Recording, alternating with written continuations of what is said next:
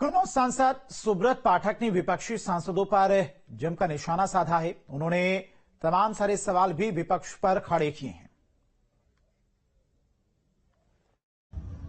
भारत के उपराष्ट्रपति महामहिम जगदीप धनखड़ जी का जिस प्रकार से कल संसद के में विपक्ष के सांसदों के द्वारा उनका सार्वजनिक अपमान किया गया, उनका मजाक बनाया गया और मजाक ही नहीं बनाया गया, राहुल गांधी के द्वारा पुनः मजाक बनाने के लिए उसको प्रेरित किया गया और उसका वीडियो भी बनाया गया।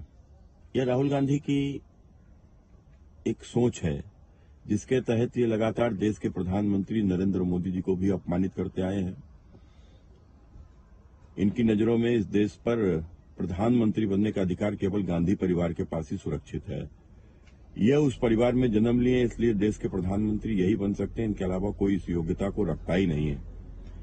एक गरीब बर्तन धोने वाले का बेटा इस देश का प्रधानमंत्री बन गया तो कैसे ये बर्दाश्त कर सकते हैं। और शायद यही कारण है कि पिछड़े किसान का बेटा जगदीप धनखड़ जो अपनी योग्यता से, जो अपनी बुद्धिमत्ता से, अपने कार्य के दम पर आकर देश के उपराष्ट्रपति बने, न कि अपने परिवार या अपने पिता के कारण से।